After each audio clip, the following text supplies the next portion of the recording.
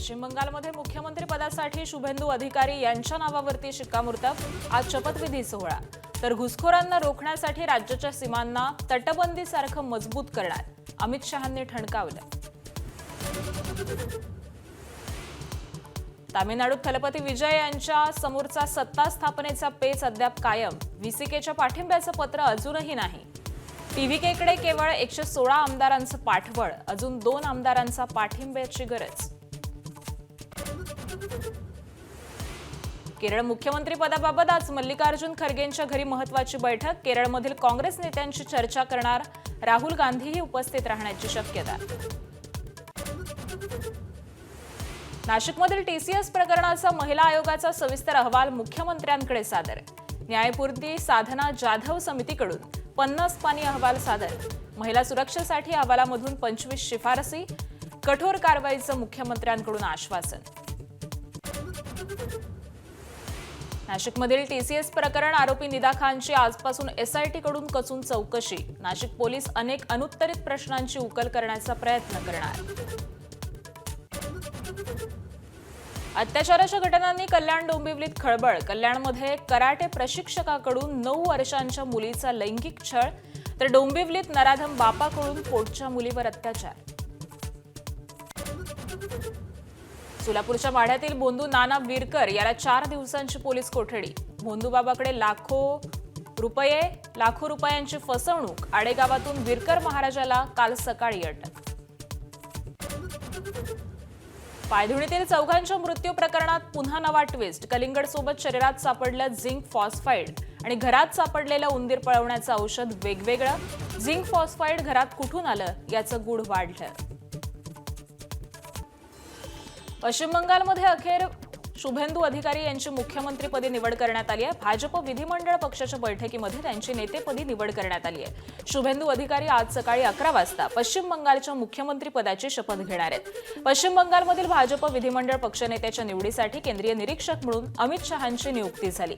यानंतर काल पश्चिम बंगाल भाजप विधिमंडळ पक्षाच्या नेतेपदी शुभेंदू अधिकारींच्या नावाची मी घोषणा करतो, असं अमित शहांनी जाहीर केलं। नंदीग्राम आणि भवानीपूर अशा दोन्ही ठिकाणी शुभेंदू अधिकारी यांनी विजय मिळवलाय। भवानीपूरमध्ये त्यांनी तृणमूलच्या अध्यक्षा ममता बॅनर्जींचा पराभव केलेला आहे। अभी कुछ समय पहले ही चुनाव की प्रक्रिया पूरी हुई है। लगभग 8 प्रस्ताव और समर्थन प्राप्त हुए हैं और सभी प्रस्ताव और समर्थन एक ही नाम के मिले हैं। उसके बाद दूसरे नाम के लिए भी सबको समय दिया गया, पर्याप्त समय दिया गया, मगर कोई दूसरा नाम नहीं आया है। इसलिए केंद्रीय पर्यवेक्षक के रूप में मैं श्री शुभेंदु अधिकारी जी को पश्चिम बंगाल विधानमंडल दल के नेता के रूप में निर्वाचित घोषित करता हूं।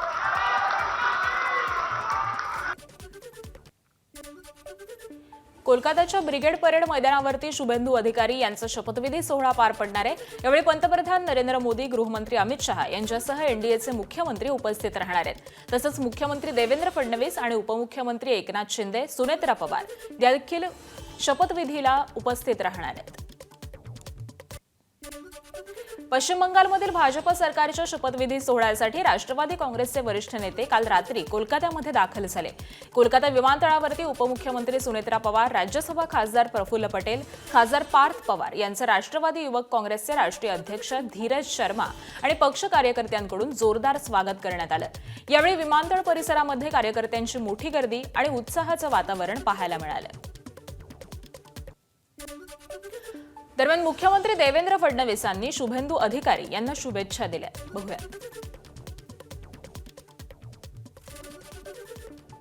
मोदीजींच्या नेतृत्वात आणि आमचे होम मिनिस्टर साहेब यांनी जी काही सगळी स्ट्रॅटेजी केली, बंगालमध्ये जे काही आमचे शुभेंदूदा आहेत, आमचे तिथले अध्यक्ष आहेत, या सगळ्यांनी जे काम केलं त्यामुळे एक अनप्रेसिडेंटेड अशा प्रकारचा विजय हा बंगालमध्ये मिळालेला आहे।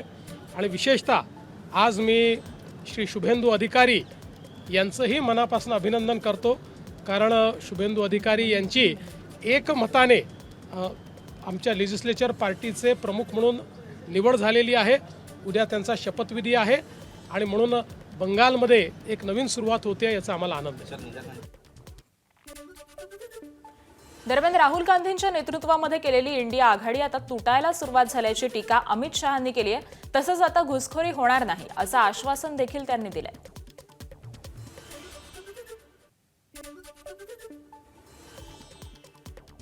वरती मुख्यमंत्री देवेंद्र फडणवीसांनी टीका केली आहे. इंडिया आघाडीचा अजेंडा जनतेने नाकारला असं फडणवीस म्हणाले.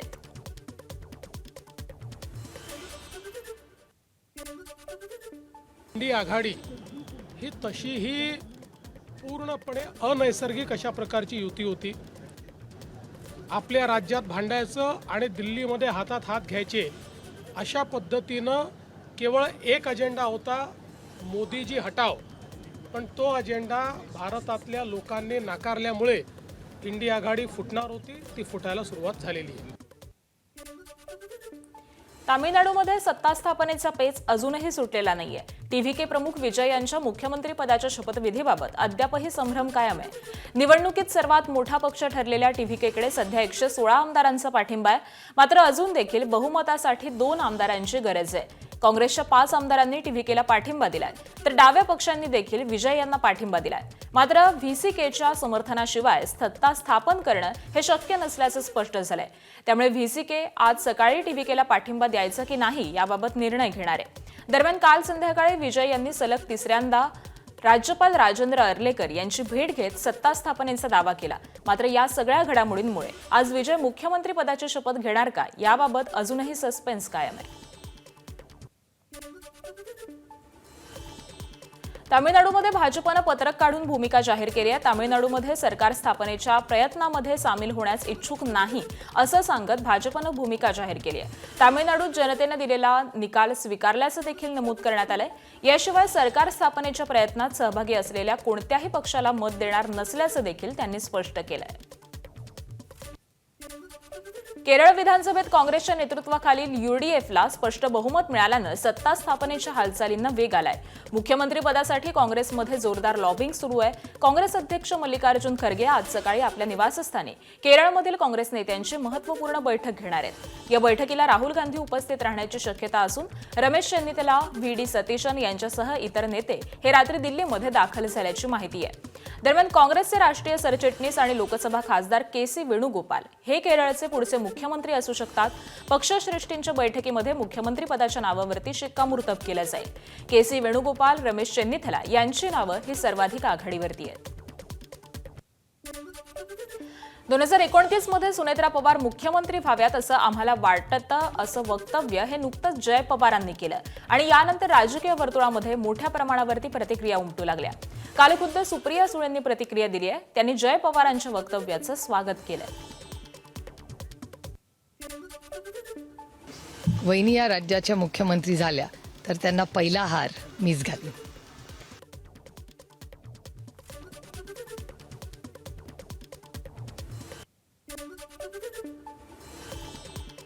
दरम्यान जय पवारांनी इच्छा बोलून दाखवल्यानंतर खासदार संजय राऊत यांनीही शुभेच्छा दिल्या.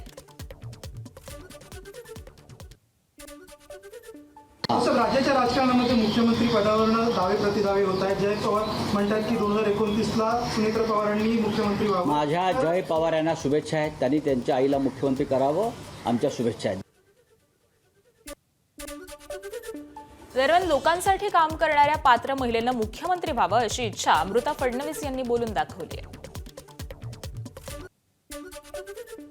मला नक्कीच वाटतं जी महिला पुढे येऊन लोकांसाठी झटेल, कामं करेल दिवस रात्र, ती सुनित्रा बहिणी असो किंवा भाजपाची कोणी स्त्री असो, जे सगळ्यात डिझर्विंग असेल तिने पुढे येऊन मुख्यमंत्री बनलं पाहिजे असं मला. आजारातून सावरल्यानंतर शरद पवार पहिल्यांदाच सातारा दौऱ्यावरती आहेत. कर्मवीर भाऊराव पाटील यांच्या पुण्यतिथीला शरद पवार उपस्थिती दर्शवणार आहेत. तर शरद पवार यांच्यासोबत खासदार सुप्रिया सुळे देखील साताऱ्यामध्ये दाखल झाल्यात. यावेळी हजारो कार्यकर्त्यांनी शरद पवारांचं स्वागत केलं.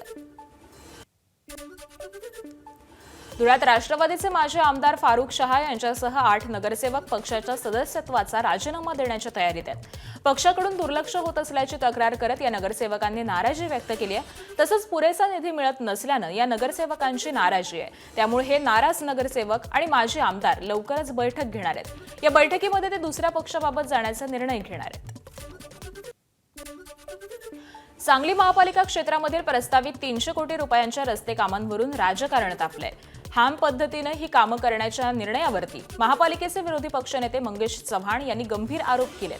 चांगल्या स्थितीमधील रस्त्यांवरती पुन्हा काँक्रिटीकरण करून महापालिकेवरती 300 कोटींचं कर्ज लादलं जात असल्याचा दावा त्यांनी केलाय. तसंच निविदा प्रक्रियेमध्ये मनपसंत ठेकेदारांना लाभ देण्याचा देखील आरोप करण्यात आलाय. तसंच ही कामं तातडीनं रद्द न केल्यास आंदोलनाचा इशारा मंगेश चव्हाण यांनी दिलाय. हे सत्ताधारी काम करत असताना एक हातावर मोजण्या एवढे रस्ते करण्यासाठी 300 कोटी रुपयाचा ठेकेदारांकडून पैसे घ्यायचे, त्याची 30% रक्कम काम चालू करत असताना द्यायची आणि उरलेली 70% रक्कम ही बँकेच्या व्याजाप्रमाणे येणाऱ्या 10 वर्षात महापालिकेच्या जनरल फंडातनं द्यायचा घाट ह्या सत्ताधारी आणि प्रशासनाने एकत्र केला आहे. ह्याचं कारण फक्त हातावरचे पदाधिकारी सांभाळण्यासाठी आणि हातावरचे मोजण्या एवढे ठेकेदार सांभाळण्यासाठी हा सगळ्यात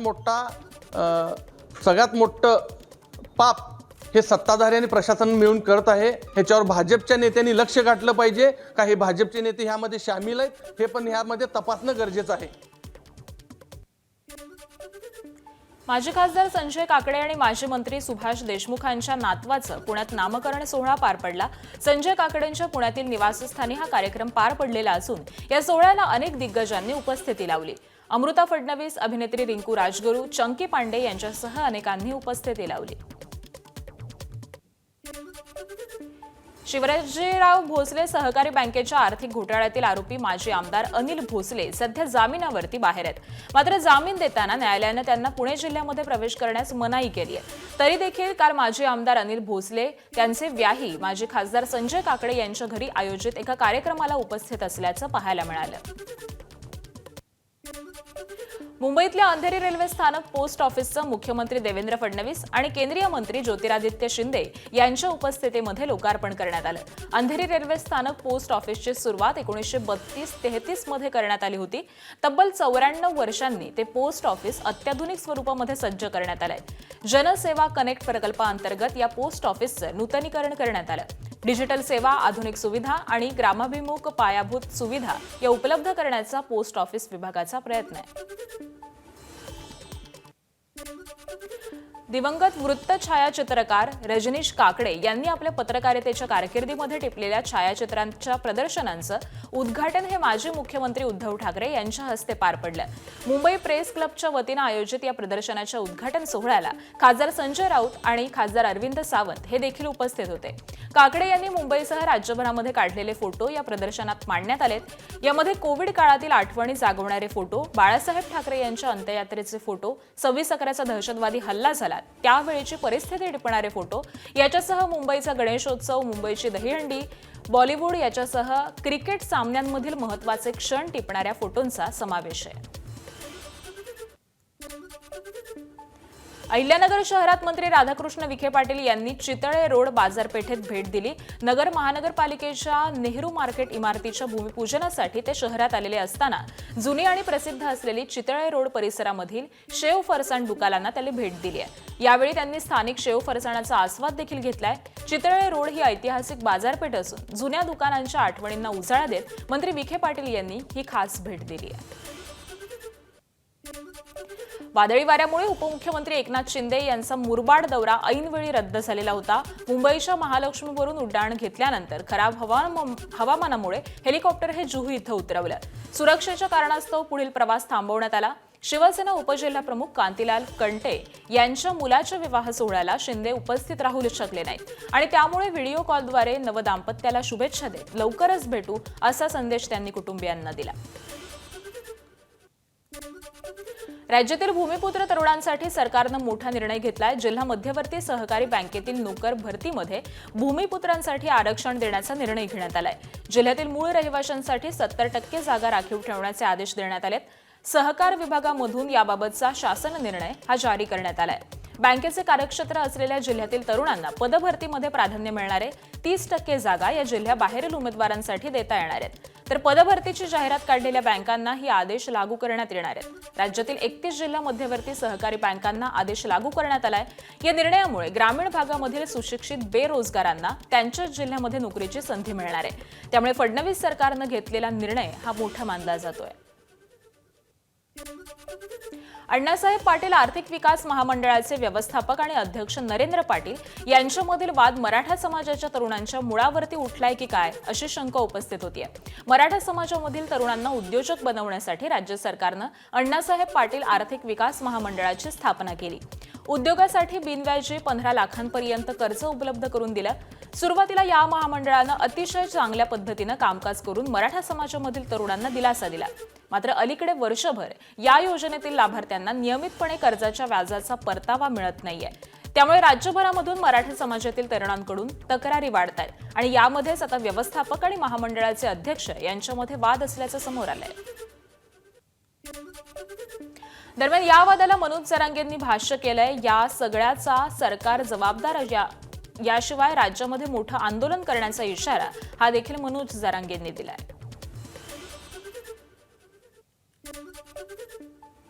सातारा संस्थांचं गॅजेटियर का निघत नाही? केसेस मागे घेऊ म्हणले का घेतल्या जात नाहीत?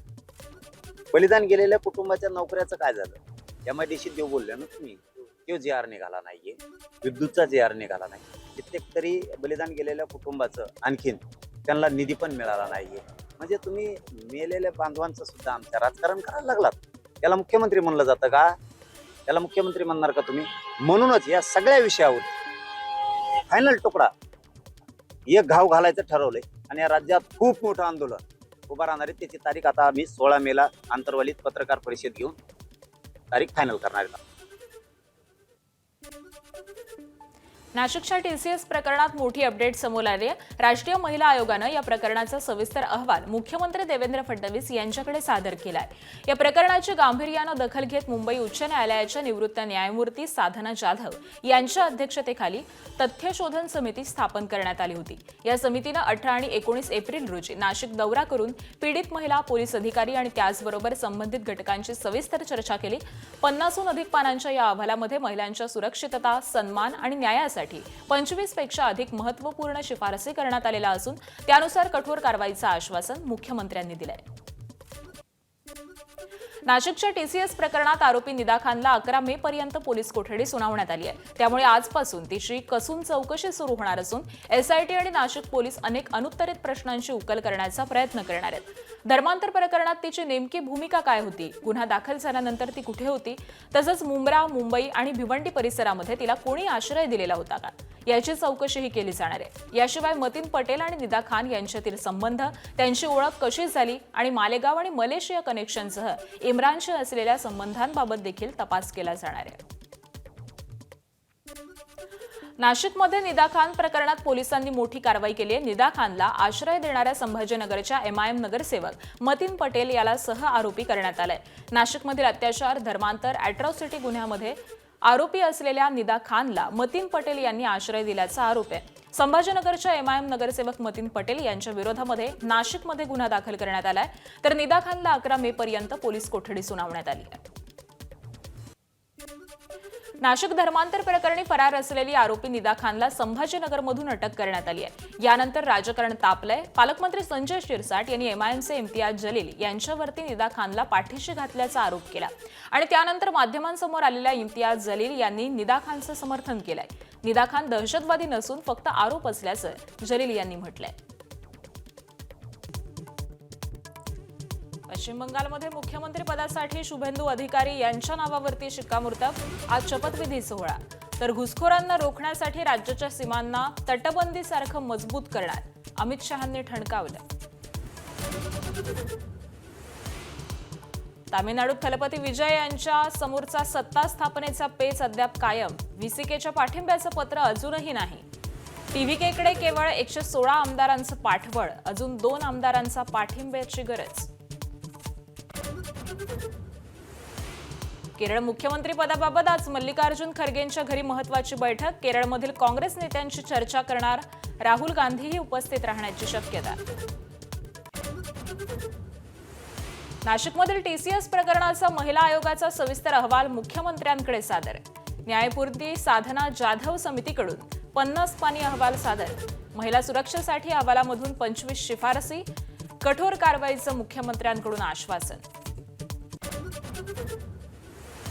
नाशिकमधील टीसीएस प्रकरण आरोपी निदा खानची आजपासून एसआयटी कडून कसून चौकशी. नाशिक पोलीस अनेक अनुत्तरित प्रश्नांची उकल करण्याचा प्रयत्न करणार.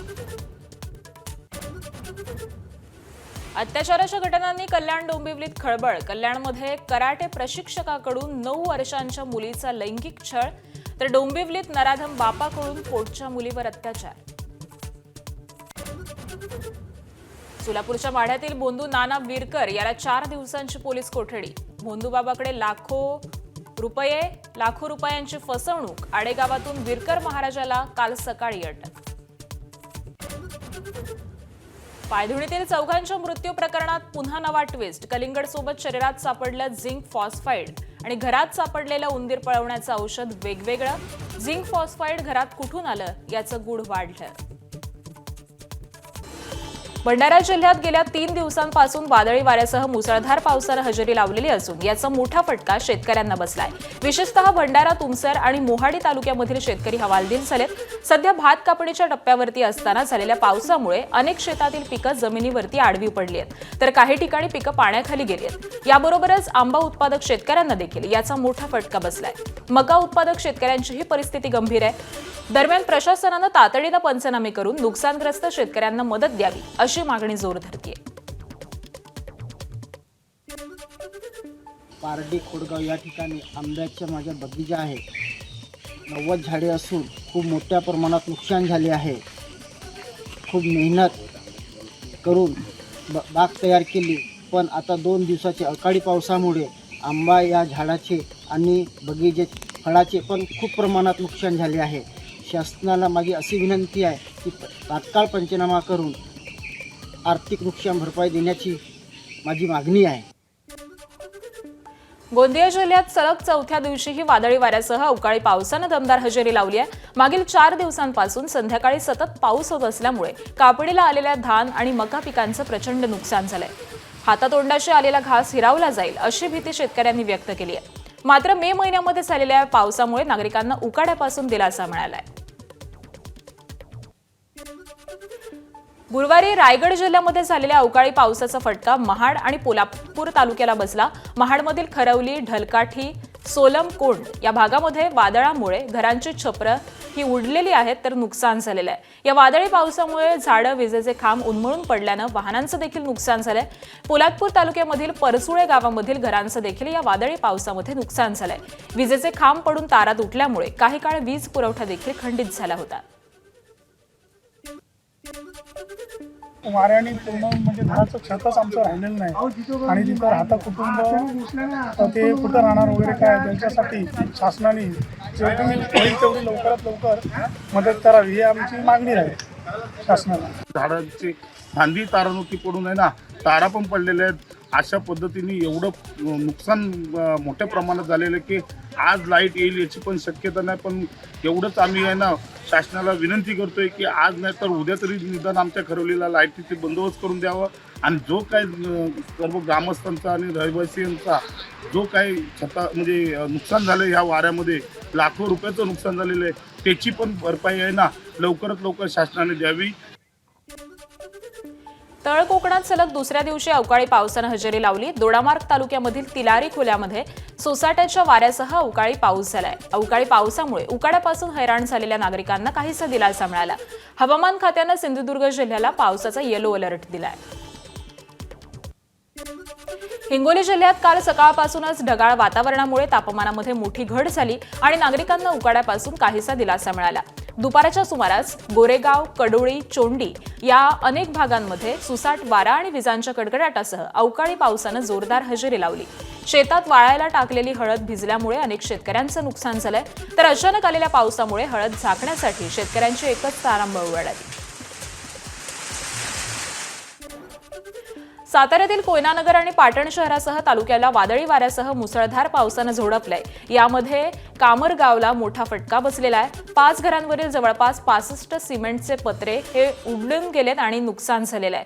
लग्नाचा मंडप देखील वादळी वाऱ्यामुळे उडालेला आहे. तर नेचल इथं एका घरावरती झाड पडलंय. या वादळी वाऱ्यामुळे आंबा फळाला मोठा फटका बसलेला असून उन्हाळी भुईमुग पीक हे काढणीला आलेलं असतानाच पावसानं तडाखा दिल्यानं शेतकरी अडचणीत सापडलाय. एकीकडे राज्याच्या काही भागामध्ये पावसाचा तडाखा बसतोय तर दुसरीकडे तापमान वाढीमुळे नागरिक हैराण झालेत. विदर्भासह मराठवाड्यामध्ये सध्या तापमानात मोठी वाढ झालेली असून याचा फटका शेतीतील फळबागांना बसू लागलाय. हिंगोलीत मोठ्या प्रमाणावर केळीची लागवड केली जाते. मात्र वाढत्या उष्णतेमुळे या केळीच्या बागा होरपळत असल्याचं चित्र समोर आलंय. वाढत्या तापमानामुळे केवळ भांडेगावच नव्हे तर जिल्ह्यामधील इतर भागांमध्ये देखील केळी उत्पादक शेतकरी अडचणीत सापडलाय. एका एकराला 1.5 लाख रुपये खर्च येते अंदाजे. तर माझी 3 एकर केळी होती, 3-3.5 एकर, 4.5 लाख रुपये जवळपास मला खर्च आला आहे. तर उत्पन्न तर काहीच नाही निघलं याच्यामधून, पण पूर्ण घरातूनच गेले पैसे 4.5 लाख रुपये 3 एकरचे. तर ही 1.5 एकर ही आता आहे 1.25 एकर केळी. बरं. हां. केळीची काय अवस्था आहे आता? केळी काय पाण्यामुळे सुकून गेले सगळ्या, पाणीच नाही ना, कमी पडलं पाणी. कल्याणमध्ये एका कराटे प्रशिक्षकानं 9 वर्षांच्या मुलीचा लैंगिक छळ केल्याचा धक्कादायक प्रकार घडलाय. गिरीश वाघमारे असं त्या कराटे प्रशिक्षकाचं नाव आहे. महात्मा फुले पोलीस स्थानकाच्या पथकानं या प्रकरणात गिरीश वाघमारेला अटक केली आहे. वाघमारे हा घरी एकटा असताना त्यानं मुलीला कराटेसाठीचं किट दाखवण्यासाठी घरी बोलावलं होतं. त्यावेळी त्यानं त्या मुलीसोबत गैरकृत्य करण्याचा प्रयत्न केला. पीडित मुलीनं ही घटना आपल्या पालकांना सांगितली. त्यानंतर मुलीच्या आईनं कराटे प्रशिक्षकाविरोधात महात्मा फुले पोलीस स्थानकामध्ये तक्रार नोंदवली होती. डोंबिवलीत स्वतःच्या मुलीवरच लैंगिक अत्याचार करणाऱ्या नराधम बापाला मानपाडा पोलिसांनी बेड्या ठोकल्यात. त्या आरोपीचं वय 43 वर्ष असून तक्रारदार पीडिता 19 वर्षाची आहे. नराधम बाप गेल्या 4 वर्षांपासून तिच्यावरती लैंगिक अत्याचार करत होता. आपल्या लहान बहिणीवरती देखील त्यानं लैंगिक अत्याचार केल्याचं पीडितेनं तक्रारीमध्ये म्हटलंय. मानपाडा पोलिसांनी नराधम बापाला बेड्या ठोकून त्याच्या विरोधात पॉक्सो अंतर्गत गुन्हा दाखल केलाय.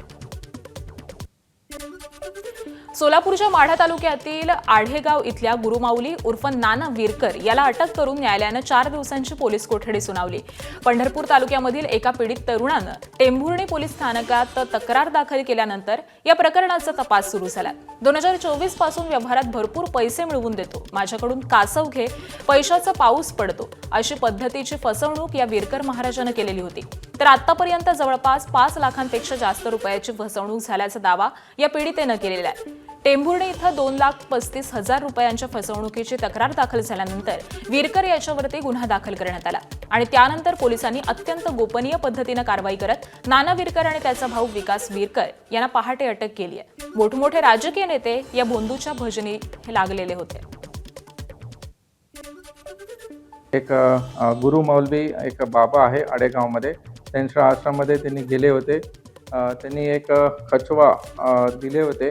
त्यांच्या मार्फत त्यांचं पूर्ण जे आर्थिक परिस्थिती आहे ते सुधरेल असं एक त्यांनी आश्वासन करून एक पूजा वगैरे सांगितले होते. तर हे कंप्लेंट टेंभुर्णी पोलीस स्टेशन अंतर्गत झालेले आहे. ते गुरु मौलवी उर्फ नाना विरकर आणि त्यांचा सहयोगी हे दोघांना अटक केलेली आहे. त्यांना 13 तारखेपर्यंत पोलीस कस्टडी पण भेटलेले आहे. ठाणे महापालिकेचे वादग्रस्त माजी सहाय्यक आयुक्त महेश आहेरला ठाणे न्यायालयामध्ये 11 मे पर्यंत पोलीस कोठडी सुनावली आहे. बलात्काराच्या आरोपाखाली महेश आहेरला ठाणे मध्यवर्ती गुन्हे शाखेनं कोल्हापूरमधील एका लॉजमधून ताब्यात घेतलं होतं. महेश आहेर हा नाशिकमधील बोंधूबाबा अशोक खरातचा भक्त असून त्यानं पीडित महिलेला जादू टोण्यासाठी खरातकडे नेल्याचा पीडित महिलेचा आरोप आहे.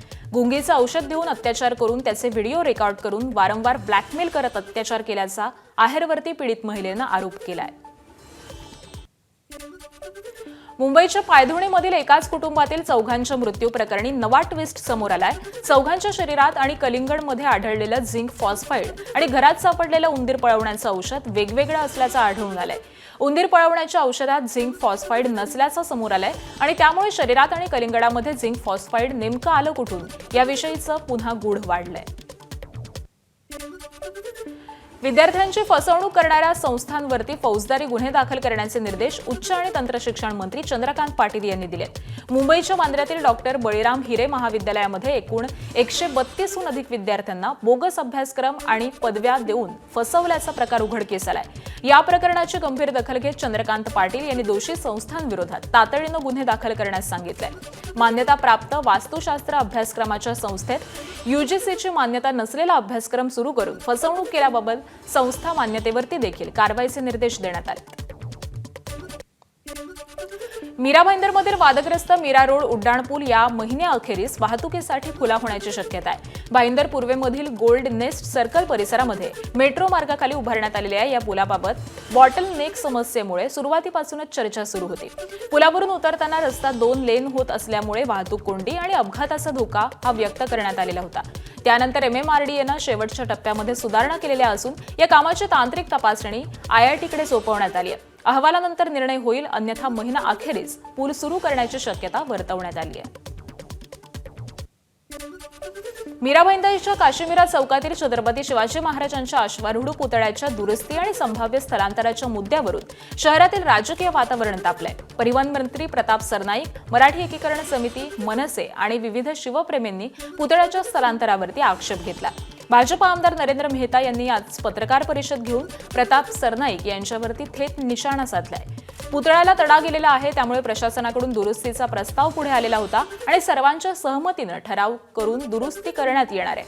दुरुस्ती करून त्याच जागेवरती महाराजांचा पुतळा पुन्हा उभारला जाईल, अशी हमी देखील मेहता यांनी दिली आहे. छत्रपती शिवाजी महाराजांचं अभिमान, मान, सन्मान हा सर्व देशवासियांना आणि आम्हाला सुद्धा आहेत. हा पुतळा आम्ही अजून सुंदर तयार करून विराजित करू. खाली हा रिपेअरिंगसाठी आम्ही काढण्याचा निर्णय घेतला होता, कारण की उद्या पडलं तर ह्याला जबाबदार कोण.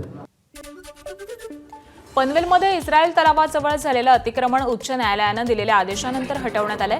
पनवेल महापालिकेच्या पथकानं ही कारवाई केली आहे. ज्यू समुदायाला पेशव्यांच्या काळामध्ये पनवेलमध्ये एक तलाव आणि सिनेगॉगसाठी जागा देण्यात आलेली होती. काळाच्या ओघामध्ये तिथल्या इस्रायल तलाव, सिनेगॉग आणि ज्यू धर्मियांच्या दफनभूमीवरती अतिक्रमण झालेलं होतं. ते हटवण्यासाठी ज्यू समुदाय आणि इस्रायलच्या वाणिज्य दूतावासानं प्रशासनाला विनंती केलेली होती. त्या प्रकरणामध्ये उच्च न्यायालयात याचिका देखील दाखल करण्यात आली होती. उच्च न्यायालयाच्या आदेशानंतर ते अतिक्रमण हटवण्यात आलंय. मुंबई आणि कोकण परिसरामधल्या मराठी भाषिक बेणे इस्रायली समुदायानं समाधान व्यक्त केलंय. नंदुरबारच्या शहादा तालुक्यातील शिरूड येथे वाकी नदीकाठी सुरू असलेल्या अवैध हातभट्टी दारू निर्मितीवरती म्हसावत पोलिसांनी मोठी कारवाई केली आहे. या धाडीमध्ये 1,59,500 रुपयांचा मुद्देमाल जप्त करण्यात आलाय. अरविंद भील आणि रतिलाल पवार या 2 संशयितांविरुद्ध स्वतंत्र गुन्हे दाखल करण्यात आलेत. पोलिसांनी घटनास्थळावरून 2,800 लिटर सडका वॉश आणि त्याचबरोबर हातभट्टी दारू, लोखंडी ड्रम, स्टील हंडे आणि इतर साहित्य हस्तगत केलंय. सपनू नितीन कामे यांच्या मार्गदर्शनाखाली ही कारवाई करण्यात आलेली असून दोन्ही आरोपींना नोटीसही बजावण्यात आली आहे. बदलापूर पूर्व भागामध्ये चोरट्यांचा सुळसुळाट वाढलेला असून कात्रप परिसरामध्ये विकी वाईन्स या नामांकित दुकानाला चोरट्यांनी लक्ष केलंय. गुरुवारी मध्यरात्री 2 वाजता 3 अज्ञात चोरट्यांनी शटर उघडून कॅश काउंटरमधील रोकड, 3 मोबाईल फोन आणि महागड्या दारूच्या बाटल्या असा 73,000 रुपयांचा मुद्देमाल चोरून नेला. ही घटना सीसीटीव्हीमध्ये कैद झालेली असून तिन्ही चोरटे 25 ते 30 वयोगटातील आहेत. बदलापूर पूर्व पोलीस ठाण्यात गुन्हा दाखल झालेला असून पोलीस सीसीटीव्हीच्या माध्यमातून चोरट्यांचा शोध घेत आहेत. भर रस्त्यावरील दुकानावरती चोरी झाल्यामुळे व्यापाऱ्यांमध्ये भीतीचं वातावरण पसरलंय. भंडाऱ्याच्या लाखांदूर तहसील कार्यालयामध्ये गुरुवारपासून युवक काँग्रेसच्या पदाधिकाऱ्यांनी ठिय्या आंदोलन केलं. दुरावस्था झालेल्या रस्त्यांची तात्काळ दुरुस्ती करण्याच्या मागणीचं निवेदन घेऊन पदाधिकाऱ्यांसोबत नायब तहसीलदारांनी उर्मट वागणूक देत बराच वेळ तात्काळ उभं ठेवलं आणि त्यामुळे संतप्त पदाधिकाऱ्यांनी तालुकाध्यक्ष प्रकाश देशपांडे यांच्या नेतृत्वामध्ये तहसील कार्यालयाच्या प्रवेशद्वारावरतीच ठिय्या मांडून मार्ग अडवला. मात्र लाखांदूर नगराध्यक्षांच्या पुढाकारानं समजूत काढल्यानंतर निवेदन स्वीकारलं आणि आंदोलन मागे घेण्यात आलं. मात्र यामुळे ग्रामीण भागामधील नागरिकांची गैरसोय झाली. मनमाड इथून साईबाबा हायवे पेट्रोलियमकडे 12,000 लिटर इंधन घेऊन जाणारा अनुज ट्रान्सपोर्टचा टँकर दहिवेल शिवारामध्ये अपघातग्रस्त झाला. काँग्रेस जिल्हा ग्रामीण अध्यक्ष प्रवीण चौरे यांच्या मालकीचा हा टँकर असून समोरून आलेल्या वाहनानं हुलकावणी दिल्यामुळे चालकाचं नियंत्रण सुटलं आणि टँकर झाडावरती आदळला. धडकेमुळे टाकीचा भाग कापला गेल्यामुळे हजारो लिटर पेट्रोल आणि डिझेलची गळती झाली आहे. तर इंधन गोळा करण्यासाठी स्थानिकांनी गर्दी केलेली होती. आगीचा धोका लक्षात घेऊन साक्री आणि पिंपळनेर इथून अग्निशमन दलाच्या 2 गाड्या पाचारण करण्यात आला. प्रशासनाच्या तत्परतेमुळे मोठी दुर्घटना ही टळली, मात्र हजारो लिटर इंधन वाया गेलंय. अकोल्याच्या बार्शी टाकळी तालुक्यातल्या कोथळी बुद्रुक गावामध्ये लग्न सोहळ्यात धक्कादायक घटना घडली आहे. वरातीत फोडलेल्या फटाक्यांपैकी एक फटाका नवरदेवाच्या गाडीवरती पडल्यामुळे गाडीनं अचानक पेट घेतला. सुदैवानं त्यावेळी गाडीमध्ये नवरदेव नसल्यानं मोठा अनर्थ टळलाय. मात्र या आगीमध्ये गाडीचं मोठं नुकसान झालेलं असून वरातीत एकच गोंधळ उडाला. उपस्थितांनी आग विझवण्याचा प्रयत्न केला असून या घटनेचा व्हिडिओ सध्या सोशल मीडियावरती व्हायरल होतोय. एसएससी बोर्डाचा 10वीच्या परीक्षेचा निकाल जाहीर झालेला असून 92.9% विद्यार्थी उत्तीर्ण झालेत. 94% मुली आणि 89% मुले उत्तीर्ण झालेली आहेत. तर मुलांच्या तुलनेमध्ये 5.80% जास्त या मुली उत्तीर्ण झाल्यात. कोकण विभागाचा सर्वाधिक तर संभाजीनगर विभागाचा सर्वात कमी निकाल लागलाय. राज्यातील एकूण 179 विद्यार्थ्यांनी 100% गुण मिळवले. छान वाटतंय. खूप जास्ती अपेक्षेप्रमाणे चांगले मार्क पडले आणि माझ्या शाळेचं, शिक्षकांचं, सगळ्यांचं, पालकांचं खूप मोठं योगदान आहे यामध्ये. त्यांच्यामुळे हे आज शक्य होतं असं मला वाटतं. काही नाही, वर्षभर छान अभ्यास केला, शिक्षकांचं मार्गदर्शन होतं आणि आता सायन्स स्ट्रीम घ्यायची आहे. असंच. काय बनायचंय पुढे होऊन? काय स्वप्न बघतेस? काय अचीव करायचंय? आत्ता तरी रिसर्चमध्ये वगैरे किंवा प्युअर सायन्सेसमध्ये तरी जायचं. आत्ता तरी नंतर सायन्स साईडला जायचं आहे आणि CET JEE ज्या एक्झाम्स असतात त्यासाठी प्रयत्न करणार आहे.